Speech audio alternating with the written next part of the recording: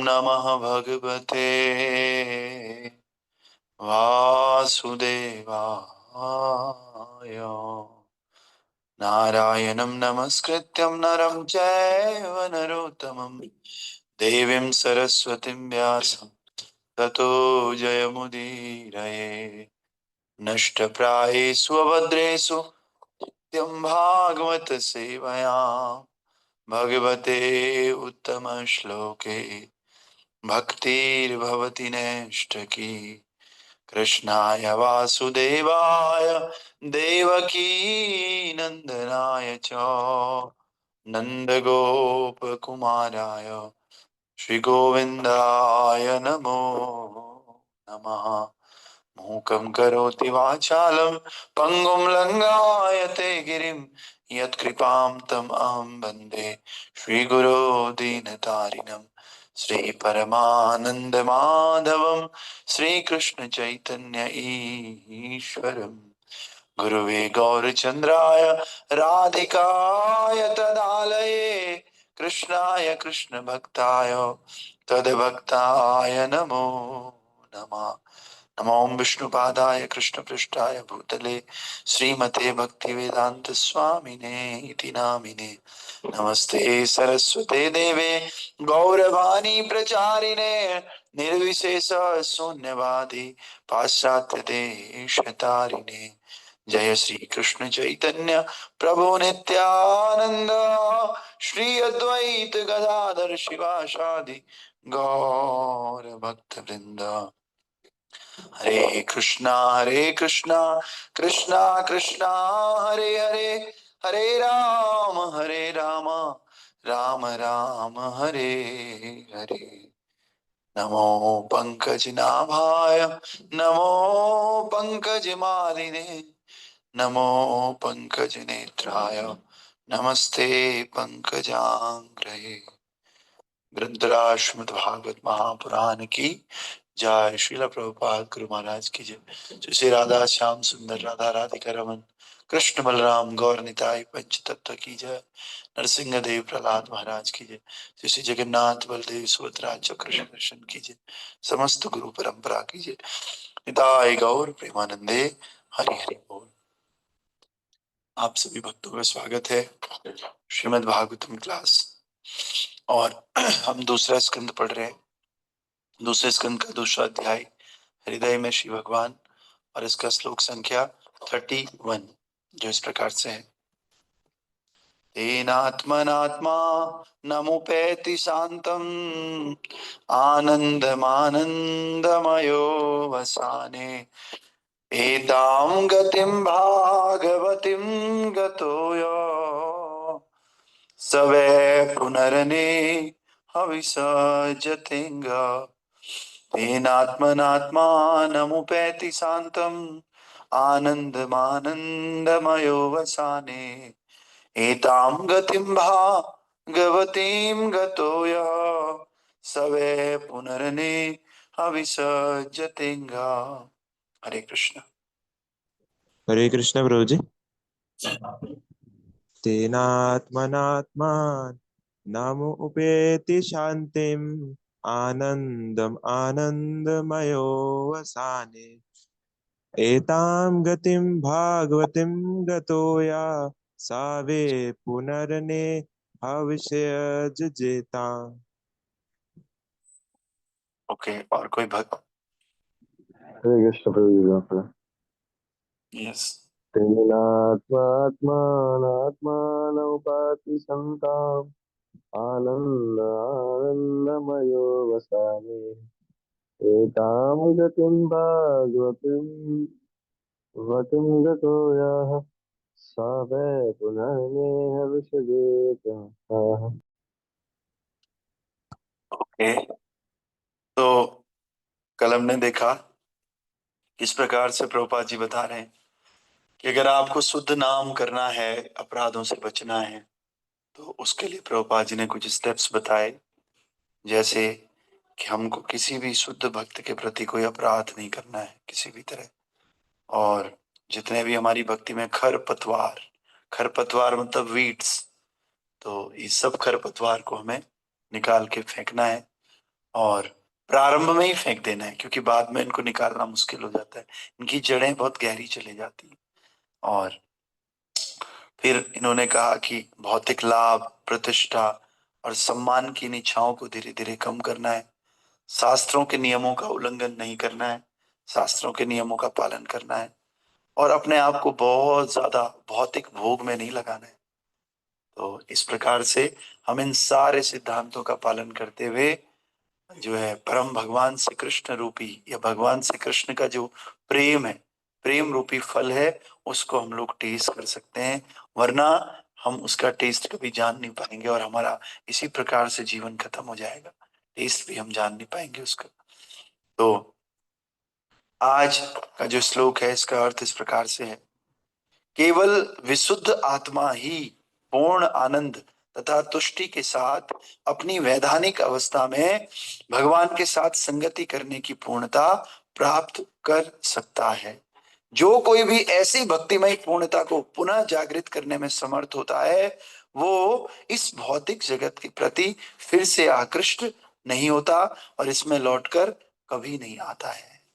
तो कह रहे हैं कि केवल विशुद्ध आत्मा ही पूर्ण आनंद और तुष्टि को प्राप्त कर सकता है, और भगवान के साथ संगति करने के लिए जो पूर्णता की आवश्यकता है, वो पूर्णता वही व्यक्ति प्राप्त कर सकता है जो विशुद्ध आत्मा है। तो आप समझिए, हम लोग भक्ति भक्ति तो करते हैं, हमने जो भक्ति का टेस्ट लिया है वो आभास है, रियल टेस्ट अभी आया नहीं। रियल टेस्ट आएगा तो क्या कह रहे हैं, ऐसा व्यक्ति जगत के प्रति फिर से आकृष्ट नहीं होता, और जब आकृष्ट नहीं होता तो इसमें लौट करके कभी नहीं आता है। तो हमारा उद्देश्य उस नेक्टर को टेस्ट करने का है, जो भक्ति का नेक्टर है। तो जो कोई भी ऐसी भक्तिमय पूर्णता को पुनः जागृत करने में समर्थ होता है, जैसे हम लोग अभी कैसे है, हमारा हमारा हिसाब किताब ऐसे है, गंगा गए तो गंगा दास, यमुना गए तो यमुना दास। हम अभी भौतिकता में बाहर काम करने जाते हैं तो वहीं के होके रह जाते हैं, फिर इधर आते हैं तो यहीं के होके रह जाते हैं। तो ऐसा कोई भक्त है कि जिस भक्त का बाहर की दुनिया का कोई प्रभाव ही उस पर नहीं पड़ता है, वो कितना भी भौतिकता में चले जाए, कुछ भी काम कर ले, लेकिन वो अपनी जो आध्यात्मिक पूर्णता की स्थिति है उसको दोबारा रिजेनरेट कर सकता है अपने आप, बिना किसी की मदद के। ऐसा व्यक्ति ही वास्तव में भगवान के धाम जाने के लायक है। हम तो नहीं कर पाते, हमें तो कोई ना कोई चाहिए साथ में, तब जा करके हम रिक्रिएट कर पाते। कई बार तो रिक्रिएट करने का तो मन भी नहीं करता है। बहुत भक्तों के मुंह से मैंने सुना कि नहीं अभी तो जप नहीं, अभी नहीं प्रभु जी, अभी आया हूँ, चेतना एकदम डाउन है। बहुत भक्त बोलते हैं आज चेतना लो है। एक भक्त को भी मैं मंदिर में बोला था कि प्रभु जी आज, कह रहे थे प्रभु जी आज क्लास कर लोगे, आज चेतना लो है। बहुत साल पहले। तो मुझे वो याद रहता है, अच्छा चेतना लो है, लो है मीन्स, लो है मीन्स अभी आध्यात्मिक पूर्णता नहीं है, तभी तो लो और डाउन ये सब हो रहे हैं। तो जिस भक्त की आध्यात्मिक चेतना अप हो जाती है ना, बस वो भक्त, जैसे हमारे गुरुजन है इस्कॉन के वर्तमान आचार्य वृंद, वो कभी नहीं बोलेंगे कि हमारी चेतना लो है। हाँ वो ये बोल सकते हैं हमारा शरीर थोड़ा सा असुविधाजनक है, या अभी शरीर में कष्ट है, थोड़ा सा भौतिक कष्ट है। आध्यात्मिक चेतना उनकी कभी लो होती ही नहीं। हमारे साथ उल्टा होता है, हमारा हमारा शरीर ठीक रहता है, आध्यात्मिक चेतना हमारी लो लो हो जाती है। तो ये शुद्ध भक्त और स्ट्रगलिंग डिवोटी के बीच में अंतर है। शुद्ध भक्त की चेतना एक सेकंड के लिए भी इधर उधर नहीं जाती है, उसको चाहे कहीं भेज दो आप। वो ऐसे जैसे भगवान होते हैं ना, भगवान किसी भी रूप में आ जाए, नरसिंह रूप में, वामन रूप में और सूकर रूप में आ जाए, तो भगवान को कोई फर्क नहीं पड़ता उस शरीर से, भगवान फिर भी दिव्य बने रहते हैं। ऐसे ही भगवान के शुद्ध भक्त भी होते हैं। शुद्ध भक्त को आप कसाई खाने भेज दो, वेश्यालय भेज दो, शुद्ध भक्त को कोई फर्क उसका नहीं पड़ता। उल्टा होता है, अगर थोड़े दिनों वेश्यालय में रहा तो सारे लोग काम धंधा छोड़ करके भगवान के भक्त बन जाएंगे। ऐसे ही हरिदास ठाकुर ने भी किया था। हरिदास ठाकुर के पास वेश्या आई थी, क्या नाम था उसका, हीरा वेश्या। तो बताओ, एक दिन, दो दिन, तीन दिन, 3 दिन रहने मात्र से वेश्या बढ़िया साड़ी पहन करके और तुलसी का प्लांट लेकर के जप करना शुरू कर दिया। बोला अब तो मैं जप करूंगी आपकी तरह। तो ऐसे भक्त हम नहीं है, इसीलिए मैं पहले ही कह रहा था कि हम लोगों को ऐसे नहीं जाना चाहिए कहीं भी, ऐसे एसोसिएशन में जहां हमारी चेतना डाउन हो सकती है, क्योंकि हम में इतना सामर्थ्य नहीं है कि हम अपनी चेतना को पुनर्जागृत कर सके। तो इसीलिए जो ऐसा भक्त है वो तो इस संसार में लौटकर आएगा ही नहीं कभी, क्योंकि उसका आकर्षण यहाँ रहते हुए इन चीजों में नहीं है, तो फिर भगवान धाम जाकर के कैसे दोबारा लौट के आएगा। तो इस प्रकार से तात्पर्य भाई अर्चनीय वंदनीय प्रातः स्मरणीय जगत गुरु शिल प्रभुपाद जी द्वारा। शिल प्रभुपाद की जय। तात्पर्य, तो इस श्लोक में गति में, अच्छा आपको एक प्रश्न आ सकता है कि वो कभी लौट कर नहीं आता है। लौट कर नहीं आता मीन्स भगवान के धाम से नहीं, भगवान के धाम से तो कोई भी लौट करके नहीं आता है, कभी भी नहीं। वो कह रहे हैं कि अगर वो इस शरीर को छोड़ करके चले गया उच्चतर लोकों में, चाहे वो ब्रह्म लोक गया, चाहे वो गंधर्व लोक गया, देवताओं के लोक गया, स्वर्ग लोक गया, वो फिर लौट करके नहीं आता है किसी कारणवश, है ना। तो इस प्रकार इस श्लोक में गतिम भागवतीम का वर्णन ध्यान देने योग्य है। ब्रह्मवादी विशेष रूप से निर्विशेषवादी द्वारा इच्छित परम ब्रह्म अर्थात पूर्ण पुरुषोत्तम भगवान की किरणों से तादात्म्य भागवती पूर्ण पूर्णता नहीं है। अब ये कह रहे हैं कि कई लोग आध्यात्मिकता में भी ठीक है, अपने इंद्रियों को कंट्रोल कर लेते हैं, लेकिन निराकार स्वरूप का, निर्विशेष स्वरूप का ध्यान करते हैं। कह रहे हैं ये भी भागवतीय पूर्णता नहीं है, आध्यात्मिक पूर्णता ये भी नहीं है। भागवत जन कभी भी भगवान की निर्विशेष किरणों में लीन होना नहीं चाहते। वे तो सदैव ही आध्यात्मिक आकाश में किसी एक दिव्य वैकुंठ ग्रह में परमेश्वर की संगति की आकांक्षा करते हैं। संपूर्ण आध्यात्मिक आकाश असंख्य वैकुंठ ग्रहों से पड़ा हुआ है, और भौतिक आकाश तो इस आध्यात्मिक आकाश का एक नगण्य अंश मात्र है। तो पहले भी हमने बताया, आपने सुना भी होगा प्रभुपाद जी की किताबों में, कि जो ये भौतिक संसार है ये 1/4 है, जो ऊपर आध्यात्मिक आकाश है वो 3/4 है, क्योंकि जेल है, ये जेल की तरह है। अब बताओ किसी एक शहर में जेल को कितना जगह दे देंगे, थोड़ी सी जगह जेल को देंगे, बाकी बाकी शहर में मॉल्स होंगे और सड़कें होंगी और बड़ी बड़ी चीजें, गार्डन्स होंगे। इसी प्रकार से जो ये पूरा ब्रह्मांड है, इसके अंदर भी जो भगवान का आध्यात्मिक जगत है वो 3/4 है, और उसमें जेल के लिए जितनी जगह होती है उतनी जगह हमारे इस भौतिक ब्रह्मांड के लिए दी गई है। तो इसी प्रकार से जो भागवत भक्त होता है, महाभागवत, उसका लक्ष्य किसी एक वैकुंठ लोक में प्रवेश करना होता है, जिनमें से प्रत्येक में भगवान अपने असीम साकार अंशों के रूप में असंख्य शुद्ध भक्त पार्षदों की संगति का आनंद भोगते रहते हैं।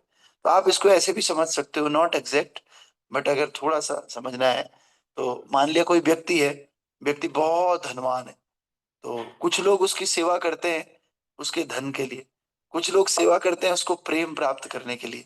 ऐसे ही है, कुछ लोग भगवान की सेवा करते हैं या आध्यात्मिकता में आते हैं उनकी किरणों से मिलने के लिए, जैसे सूर्य की किरणें से मिलने के लिए। लेकिन कह रहे हैं वो पूर्णता नहीं है, उसके पैसे तो मिल जाएंगे लेकिन वो व्यक्ति नहीं मिलेगा। उसी प्रकार से जहां से वो किरणें आ रही, जो सोर्स है, वो कभी नहीं मिलेगा। वो किरणें हमें मिल जाएगी, लेकिन ये मुक्ति आंशिक मुक्ति कहलाती, पार्शियल लिबरेशन। और कंप्लीट मुक्ति क्या है, जहां से वो किरणें निकल रही थी, भगवान के धाम जाना, उनसे बातचीत करना, बस। तो इसीलिए प्रभुपाद जी कह रहे हैं एक जो भक्त होता है वो कभी नहीं चाहता कि मैं किरणों में लीन हो जाऊं, ब्रह्म ज्योति में लीन हो जाऊं, भगवान के साथ एक हो जाऊं, एकाकार। आप कभी हरिद्वार जाएंगे तो कुछ आश्रमों के बाहर लिखा रहता है ब्रह्मलीन, ब्रह्म के साथ लीन बाबा श्री फलाना फलाना दास महाराज, ऐसा लिखा रहता है। तो प्रभुपाद जी ने और ये गौड़ीय धारा और जितने भी वैष्णव आचार्य हैं, इन्होंने कभी ऐसा नहीं सिखाया कि आप लीन हो जाओ या आप एकाकार हो जाओ। इन्होंने क्या सिखाया, भगवान का सुप्रीम अबोर्ड है, भगवान का नित्य धाम है, आप वहां जाओ, भगवान के साथ आप रेसिप्रोकेशन करो, भगवान का प्रेम प्राप्त करो। लीन होकर के कभी प्रेम प्राप्त नहीं हो सकता। लीन होकर के तो हमने अपनी आइडेंटिटी खत्म कर दी, फिर प्रेम का आदान प्रदान का मतलब ही नहीं होता, वो तो एक ही हो गया, पता भी नहीं चल रहा है। समझ रहे हो, वो एक तरह पड़े रहने की तरह है कि भाई मुझे एक कोना दे दो, मैं उस कोने में पड़े रहूंगा, बस पड़े रह गए। लेकिन दूसरा जो भगवान का भक्त है वो क्या कह रहा है, मुझे कोना नहीं चाहिए, मुझे भगवान चाहिए, उनकी सेवा करने है, उनके साथ आदान प्रदान करना है और उनकी भक्ति करनी है। तो इसीलिए जो भगवान के भक्त हैं, ये प्रत्येक में भगवान अपने असीम साकार अंशों के रूप में असंख्य शुद्ध भक्तों की संगति का आनंद भोगते हैं। इस भौतिक जगत में बद्ध जीवों को भक्तिमय सेवा द्वारा मोक्ष प्राप्त करने पर इन लोकों में भेज दिया जाता है, किंतु जो नित्य मुक्त आत्मा है उन आत्माओं की संख्या इस भौतिक जगत के बद्ध जीवों से कहीं अधिक रहती है, और बैकुंठ लोक के निवासी नित्य मुक्त आत्मा इस दुखी भौतिक जीवन में कभी भी आना पसंद नहीं करते। अब हम क्या सोचते हैं, मनुष्याणाम सहस्रेषु कश्चित् यदि सत्य यततान्मपि सिद्धानाम कश्चिन् माम वेति तत्वतः। कह रहे हैं करोड़ों, ये हजारों में एक व्यक्ति भगवान की भक्ति करता है, और उन हजारों को इकट्ठे करो तो एक भगवान के धाम पहुंच पाता है। तो इस हिसाब से हमें लगता है अरे भगवान के धाम तो बहुत कम लोग जा पाते हैं, वहां तो बहुत कम लोग होंगे, लेकिन ऐसा नहीं है। कह रहे हैं यहाँ तो कुछ भी नहीं है, अनंत कोटि वैष्णव वृंद की जय। अनंत कोटि मीन्स करोड़ों, गिन ही नहीं सकते हो आप। यहाँ की जनसंख्या का तो फिर भी पता है, इंडिया की जनसंख्या सबको पता है, अमेरिका की सबको पता है, लेकिन भगवान के धाम में जो जनसंख्या है ना शुद्ध भक्तों की, वो जनसंख्या अनकाउंटेबल है, उसको नहीं काउंट कर सकते हो आप किसी भी तरह से। क्यों? क्योंकि वो लोग यहाँ आना ही नहीं चाहते, वहां का स्पेस ज्यादा है इसलिए वहां लोग ज्यादा है, और वो नित्य मुक्त आत्माएं हैं। उन्हीं नित्य मुक्त आत्माओं में से कभी कभार भगवान यहाँ पर एक दो को भेज देते हैं। प्रभुपाद जी को भेज दिया, और अन्य कई कई संत हैं, संत तुकाराम को भेज दिया, गंगा माता गोस्वामिनी को भेज दिया, और जानवा माता को भेज दिया। इस तरह से भगवान के धाम में ज्यादा संख्या है, हमारे यहाँ कम है, क्योंकि जेल में तो कम ही लोग रहेंगे ना, ज्यादातर लोग तो बाहर रहते हैं। उसी प्रकार से बस जेल में जो लोग हैं, जेल में से अगर हम देखें तो जेल के लोगों में से कोई बहुत कम होते हैं जो बाहर निकल जाते हैं, ऐसा ही हमने सोचना है। हम संख्या में कम है, लेकिन इस कम में से भी कोई एक आध ही भगवान के धाम जा पाता है, क्योंकि जो जेल में गए कहीं ना कहीं चीटिंग प्रोपेंसिटी तो है, तभी तो जेल में है। तो ये प्रोपेंसिटी को सुधरने में टाइम लगता है, इसीलिए बहुत कम लोग जा पाते हैं। कोई छोटा मोटा अपराधी है और जिसकी अंदर ऐसी टेंडेंसी है सुधार करने की, वो फटाफट जेलर को खुश करता है, और जेलर बेचारा चाबी खोलता है गेट की, उसको बाहर निकाल देता है। और बाहर निकाल करके जेल वाले सोचते हैं अबे यार कैसे जा रहे हैं बेचारा, कुछ दिन और रहता तो अच्छा था, क्योंकि उसकी आदतें अच्छी रहती है, वो सबको खाना खाने के लिए टाइम पे उठाता है। तो उसी प्रकार से यहाँ भी होता है संसार में। कोई अगर भगवान की तरफ जाता है ना, और उसकी क्वालिटी विशेष रूप से अच्छी रहती है, तो भौतिक समाज वाले सोचते देखो बिगड़ गया, ये क्वालिटी अगर यहाँ यूज करता, अच्छा घर बन जाता, अच्छी नौकरी करता, बंगला बन जाता, देखो कहाँ दूसरी तरफ जा रहा है। ये लोग उल्टे हैं। लोग ये नहीं समझ रहे वो तो जेल से बाहर निकलने के लिए जा रहा है, लेकिन हम लोग अज्ञान के कारण उस आदमी को क्रिटिसाइज करके पीछे की तरफ धकेलते हैं। लेकिन जिस व्यक्ति को पक्का पता होगा कि मैं तो सही कर रहा हूं, मैं तो जेल से बाहर जाऊंगा, वो उनकी बातें नहीं सुनेगा। इसी प्रकार से हम सबको भी बिल्कुल कंफर्म्ड कन्विंस्ड होना है कि हम जो काम कर रहे हैं इस जेल से बाहर निकलने के लिए कर रहे हैं, और ये बहुत आवश्यक है। इसलिए हम कोई कोई कुछ भी बोले, हम भक्ति मार्ग छोड़ने वाले नहीं है। इस प्रकार से तो अब जाना कहाँ है हमने, हमें जेल के बाहर पता रहता है हम अपने घर जाएंगे, मम्मी है पापा है भाई है बहन है, हमारा काम धाम है, हम वो करेंगे, कहाँ जेल में पड़े रहते हैं हम लोग। इसी प्रकार से हमने यही सोचना है कि हम कहाँ यहाँ भौतिक जगत में पड़े हुए हैं। हमारे पिताजी भगवान श्री कृष्ण वहां पर हैं, श्रीमती राधा रानी वहां है, बैकुंठ में लक्ष्मी नारायण है, सारे भक्त हैं, सब भगवान के पार्षद हैं। अगर गौर गौर लोक में जाते हैं तो चैतन्य महाप्रभु है, नित्यानंद प्रभु हैं, हमेशा रहने वाले गौर भक्त वृंद हैं। इनके साथ हमने जाना है, कहाँ यहाँ जेल में हम पड़े हुए हैं। तो इसीलिए इस भौतिक जगत में जो है कभी भी आना पसंद नहीं करते हैं हम लोग। परमेश्वर की निर्विशेष ब्रह्म ज्योति में लीन होने के इच्छुक निर्विशेषवादियों को आध्यात्मिक विश्व में भगवान के साकार रूप की प्रेम पूर्ण भक्तिमय सेवा करने की कोई धारणा नहीं होती। अब जिसको अंधेरे में अकेले रहने की आदत पड़ गई, उसे पसंद ही नहीं आता कोई उसके आसपास भी आए। तो ऐसा नहीं है कि सोशल होना खराब है, रोज सोशल नहीं हो रहा वो उसकी कमी है, लेकिन वो उसी को ही जीवन का लक्ष्य समझ लेता है, ये बहुत गलत है। और उसी का एक प्रचार, जो इंट्रोवर्ट्स लोग होते हैं, जो सामाजिक नहीं होना चाहते हैं, जिनको समाज में डीलिंग करने की बहुत ज्यादा आदत नहीं है, वो सोचते हैं यही अच्छा है, और वो उसी की नया सिद्धांत बना के अपने जैसे इकट्ठे करके और भीड़ चाल में वैसे ही चलने लग जाते हैं। लेकिन वास्तव में ऐसा नहीं है, वास्तव में तो वो उनकी कमी है, उनको उस कमी का सुधार करना चाहिए। इसीलिए कह रहे हैं कि जो ये विश्व ब्रह्म ज्योति में लीन होना चाहते हैं, ये भगवान की प्रेम पूर्ण भक्तिमय सेवा नहीं करना चाहते ये लोग। और उनकी तुलना उन मछलियों से की जा सकती है जो नदियां या नालों में उत्पन्न होकर महासागर में प्रवास के लिए चली जाती। वे बहुत काल तक महासागर में नहीं रह सकती, क्योंकि इंद्रिय तृप्ति की उनकी इच्छा उन्हें पुनः नदियों नालों में वापस ला देती है। इसी प्रकार जब भौतिकवादी सीमित भौतिक जगत में भोग करने अपने प्रयत्नों में विफल हो जाता है, या वो तो कारण सागर में लीन होकर निर्विशेष ब्रह्म ज्योति में के तेज में लीन होकर निर्विशेष मोक्ष की खोज करता है, किंतु न तो कारण सागर और न ही निर्विशेष ब्रह्म ज्योति इंद्रियों की संगति तथा व्यस्तता हेतु श्रेष्ठ विकल्प प्रस्तुत कर पाते हैं। कई बार होता है ना, मन में आता है बहुत हो गया ये सब, अब मैं सब छोड़ दूंगा। छोड़ करके कहा, एकांत में जाना है मुझे। एकांत में कितने दिन? एक दिन बढ़िया लगता है, 2 दिन बढ़िया लगता है, तीसरे दिन से याद आने लगती है अरे। जैसे कई लोग जॉब करते हैं, विशेष रूप से माताएं जॉब करते हैं, तो उनको लगता है यार जॉब से छुटकारा मिल जाए, मैं तो घर में ही रहूंगी, अब घर में रह करके काम करूंगी। एक दिन उनको बड़ा अच्छा लगता है कि घर में रही हूँ, ये किया मैंने, वो किया। दूसरे दिन, तीसरे दिन, धीरे धीरे करके आप उन्हें अगर 1 महीने बाद पूछोगे तो उनका विजन बदल जाता है। कहते नहीं, घर में रह रहे के भी बेकार है, जॉब करना ही ठीक है, मैं तो फिर से जॉब करूंगी। समझ रहे हैं? इसी प्रकार से ऐसे इस भौतिक जगत में जिनका कंसेप्ट क्लियर नहीं है, उनको ऐसे लगता है बस अब तो नीलीन हो जाना है। वो सोचते हैं कि भगवान की सेवा भी, भगवान भी एक व्यक्ति की तरह ही लग रहे हैं। मैं भौतिक ही समझते हूँ भगवान की सेवा को भी। वो मूर्ति पूजा को, विग्रह सेवा को भौतिक समझते हैं। उन्हें लगता है मैं भौतिक कोई काम ही नहीं करूंगा, ये विग्रह सेवा भी मुझे फंसाएगा। इसलिए मैं कहाँ चले जाता हूँ? अंधकार में चले जाता हूँ, या फिर ब्रह्म ज्योति में चले जाता हूँ और वहां लीन हो जाऊंगा। लीन होकर के वहां मुझे फिर ये सब करना नहीं पड़ेगा और मैं दुखों से छूट जाऊंगा। भगवान की प्राप्ति अभी भी उद्देश्य नहीं है। अभी उद्देश्य क्या है? सिर्फ दुखों से दूर होना। उसके लिए वो वहां चले गए, लेकिन कितने दिन भौतिकता के बिना रहेंगे? इंप्रेशंस तो कई जन्मों से हैं। 1 दिन, 2 दिन, 3 दिन, 1 साल, 2 साल, फिर से वो इच्छाएं पनपने लग जाती हैं। और जब इच्छाएं पनपती है, क्या बोला भगवान ने? यम यम वाप स्मरणम भावम। जैसी जैसी इच्छा हम करते हैं, भगवान हमें वैसा वैसा शरीर दे देते हैं। तो वहां से गिर करके वो कहाँ आ जाते हैं? फिर से नीचे आ जाते हैं, और नीचे आकर से फिर से वही भौतिकता में लिप्त हो जाते हैं। इसीलिए हमको एक इच्छा करनी है, दुखों से दूर तो रहना ही है, लेकिन हमें इच्छा करनी है भगवान के पास जाने की, भगवान का प्रेम प्राप्त करने की। भगवान का प्रेम प्राप्त करने की इच्छा होगी तो सारे दुख ऑटोमेटिकली खत्म हो जाएंगे। और दुखों से दूर रहने की इच्छा करेंगे तो भगवान मिलेंगे नहीं मिलेंगे पता नहीं, लेकिन भगवान को प्राप्त करना है, ये समझना है। दुख दूर करना तो भगवान को मिलने का साइड इफेक्ट है, वो तो अपने आप ही हो जाएगा दूर बाय डिफॉल्ट। इसीलिए जो भगवान के भक्त होते हैं वो निर्विशेषवादी नहीं बनते हैं।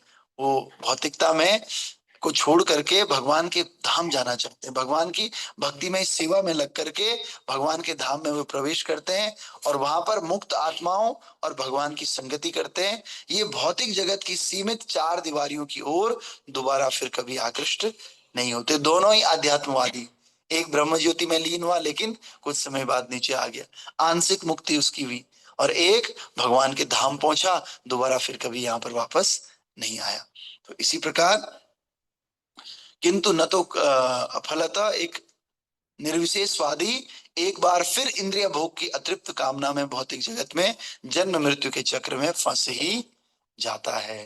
तो इसलिए हम सबको अगर परमानेंट कोई सॉल्यूशन है, वो केवल भगवान की भक्ति का मार्ग है, भक्तिमय सेवा का मार्ग है, भगवान से प्रेम करने का मार्ग है। उस प्रेम के माध्यम से हम भगवान के पास पहुंचते हैं, और फिर भगवान के धाम में अनंत कभी वापस आते ही नहीं ऐसे हम हमारी मुक्ति होती है। इस मुक्ति का सर्वश्रेष्ठ जो है अस्तर है। इसीलिए भगवान ने गीता ये भागवतम में कहा है, कलिर्दोषे निधे राजन अस्ति एक महान गुण कीर्तना देव कृष्णस्य मुक्त संगम परम व्रजेत। कह रहे हैं कि भाई कलयुग में दोषी दोषी है, तुम केवल भगवान श्री कृष्ण का कीर्तन कर लो। एक महान गुण है इसके अंदर। क्या है? कि अगर आप भगवान का कीर्तन करते हो, कृष्ण का बोल दिया। कई लोग सोच सकते हैं भगवान मतलब कोई भी भगवान ले लो, बोल दिया साफ, कीर्तना देव कृष्ण, कृष्ण का कीर्तन करने से मुक्त संगम परम ब्रजेत, यानी कि मुक्ति के भी अलग अलग लेवल है, लेकिन मुक्ति की जो सबसे परम लेवल है, जो सबसे बड़ा लेवल है, वो लेवल हमें प्राप्त होता है। वह भगवान का धाम, गोलोक वृंदावन धाम या वैकुंठ धाम हमें प्राप्त होता है। वहां से फिर हम वापस आते नहीं है, और वापस आने की इच्छा भी नहीं करते। इच्छा करेंगे तो आ ही जाएंगे, लेकिन भगवान की भक्ति, प्रेममय सेवा, इसका इतना प्रभाव है कि कोई वापस आना नहीं चाहता है। ठीक है। ग्रंथराज श्रीमद् भागवत महापुराण की जय, श्रील प्रभुपाद गुरु महाराज की जय। तो अभी इसमें एक स्टेंजा, दो स्टेंजा, छोटे छोटे 3-4 स्टेंजा रह गए। In tomorrow's class we will discuss that. हाँ सॉरी प्रभु, हरे कृष्ण। हरे कृष्ण प्रभु जी, प्रभु जी का अनाउंसमेंट करना था। हम्म। हरे कृष्ण डिवोटीज, जो भी जो भी नहीं जुड़ते हैं या पुराने डिवोटी जैसे सारे के माता जी हैं, कपिल प्रोग्राम है, हमारी कोर टीम जो है उनको नंबर सेंड कर सकते हैं अपना, डीएम करके, ताकि जब भी वो क्लास में या नहीं आता तो हम लोग उनको फोन कर सकें। तो आप लोग जो शेयर करिएगा डीएम में या तो व्हाट्सएप में शेयर कर सकते हैं। हरे कृष्ण।